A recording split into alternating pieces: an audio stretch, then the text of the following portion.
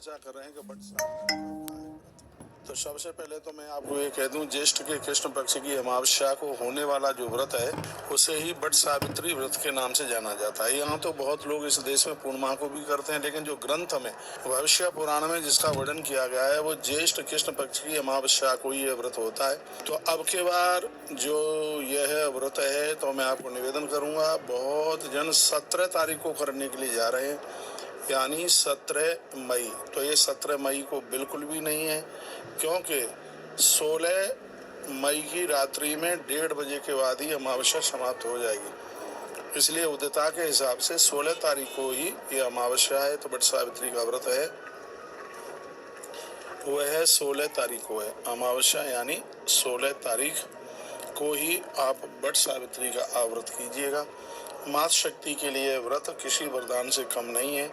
ये सबको पता है कि राजा स्वपति की बेटी जिसका नाम था सावित्री, तो वरगद की वट की पूजा करते हुए उसने काल के गाल में से अपने पति सत्यवान को जीवित लेकर के आई। राजा दुष्यंत का बेटा सत्यवान, जिनका सब कुछ छीन लिया गया था, उनके पास में कुछ भी नहीं बचा।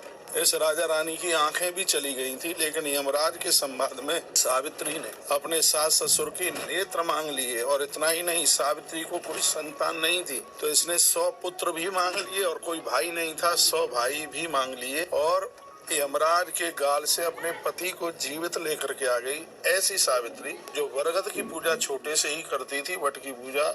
और कहते हैं कि वट की पूजा करने से भगवान महादेव अति प्रसन्न होते हैं, पीपल की पूजा करने से भगवान विष्णु बहुत प्रसन्न होते हैं, और पलाश की पूजा करने से ब्रह्मा बहुत प्रसन्न होते हैं, और बेल वृक्ष की पूजा करने से माँ भगवती लक्ष्मी बहुत ज्यादा प्रसन्न होती है। तो मैं आपको कहना चाहूंगा, मेरी जितनी भी बहनें आप सुन पा रही हैं, वट सावित्री की पूजा 5:15 बजे से 5:15 बजे से पहले नहीं करें, क्योंकि अमावस्या ब्रह्म मुहूर्त में लगभग 5:15 बजे ही आरंभ हो रही है, और 7 बजे से तो इसके पूजा के बहुत अच्छे योग बन रहे हैं। एक बात इस वीडियो में मैं और कहना चाहूंगा कि माताएं आजकल बरगद के वृक्ष तक नहीं जाती, वो वट वृक्ष तक वह जाती नहीं है।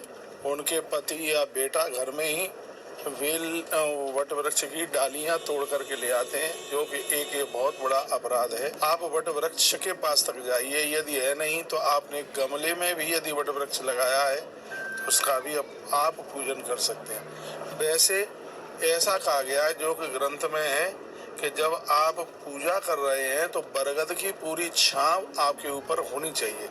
नियम तो यही है, जब तुम डाली ही तोड़ करके ले आओगे तो फिर आप उसकी छाई में परछाई में कैसे आप खड़े हो सकते। पेड़ की ऊंचाई तो आपकी चोटी के ऊपर भी होनी, चोटी के ऊपर तक होनी चाहिए, लेकिन जब डाली तोड़ करके लाओगे तो ये संभव कैसे। अब आप कहेंगे कि तो गमले का भी तो पेड़ इतना बड़ा नहीं होता। मैं तो ये कह रहा हूँ, एक सिर्फ नियम पूरा करने के लिए ही मैंने गमला बोल दिया है, और यदि डालियां तोड़ी जाएंगी तो पेड़ तो वैसे ही खत्म हो जाएगा। तो मैं कहूँगा, यदि आसपास यदि कहीं वट का वृक्ष है, बरगद का पेड़ है, तो वहीं जा करके पूजा कीजिए। और पूजा की थाली में सूत जरूर रखिएगा, क्योंकि ये सूत लिपेड़ा जाता है तने से। दिया जलाया जाता है, शुद्ध देसी घी का प्रदक्षिणा और परिक्रमा की जाती है। इसमें माताएं लाल कलर की चुनरी पहनती हैं। वैसे तो जो विवाह की जो चुनरी होती है, ज्यादातर ऐसे माताएं उसको प्रयोग में लेती हैं। यदि वो विवाह की ना हो तो 7 रंग की चुनरी बाजार में मिल जाती है, और उसी को पहन करके माताएं ये पूजा करती हैं। वो नीला और काला रंग का वस्त्र पहनती नहीं है, पूजा करती हैं। और इसकी पूजा में भाल में सिंदूर, माथे पर बिंदी, चूड़ियां पहन करके, भले ही आप एक कड़ा पहनते हैं।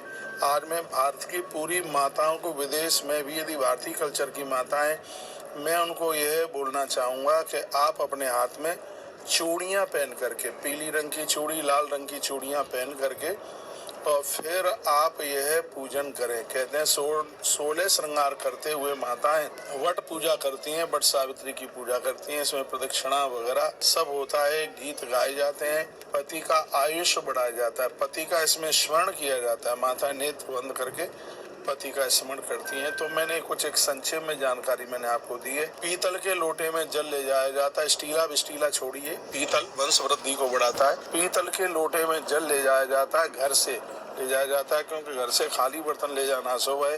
तो पानी घर से लेकर के जाइएगा, और 1 लोटा जल बरगद के वृक्ष में चढ़ाइए, दिया जलाइए, उसके बाद सूत बांधिएगा, और भोग के लिए घर से गुलगुले लेकर के जाइए।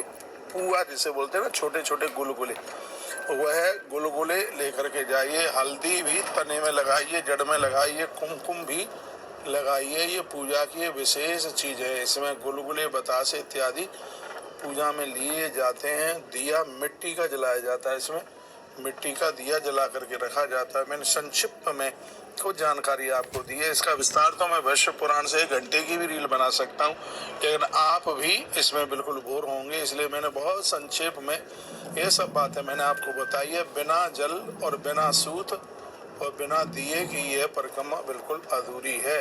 प्रदक्षिणा परिक्रमा आप जरूर कीजिएगा। परिक्रमा आप कितनी करें, विषम संख्या में कीजिए, 5, 7, 11, 21 परिक्रमा करते हुए और वंदन प्रणाम करें और भगवान महादेव को कहें कि हे प्रभु, आप हमारे पति और पुत्र इनकी आयुष को बढ़ाना, उम्र बढ़ाना। इसमें माता सावित्री का ध्यान किया जाता है। वृक्ष के नीचे वैसे तो एक पटा भी लगाया जाता है, पिछले साल मैंने वीडियो में डाला था, तो उसमें मिट्टी के सत्यवान और सावित्री भी बनाकर के पेड़ के नीचे रखे जाते हैं, उनका भी पूजन होता है। नहीं तो आजकल ये कैलेंडर भी मिल जाता है, तो माताएं वहां पहुंच करके उनकी पूजा कर लेती हैं। इसमें जो हल्दी है वो मिट्टी के किसी दीवले वगैरह में रखी जाती है। हल्दी, पिसी हुई हल्दी लेकर के जाते हैं और जड़ों में लगाते हैं, तने में लगाते हैं। इस प्रकार से ये पूजा होती है। बहुत बहुत धन्यवाद। वीडियो आपने पूरा सुना। एक बार मैं फिर कहूँगा, 16 मई को ही, यानी 16 मई 2026 को ही वट सावित्री का व्रत है, तो इसमें आप अवश्य में जरूर पूजा कीजिएगा।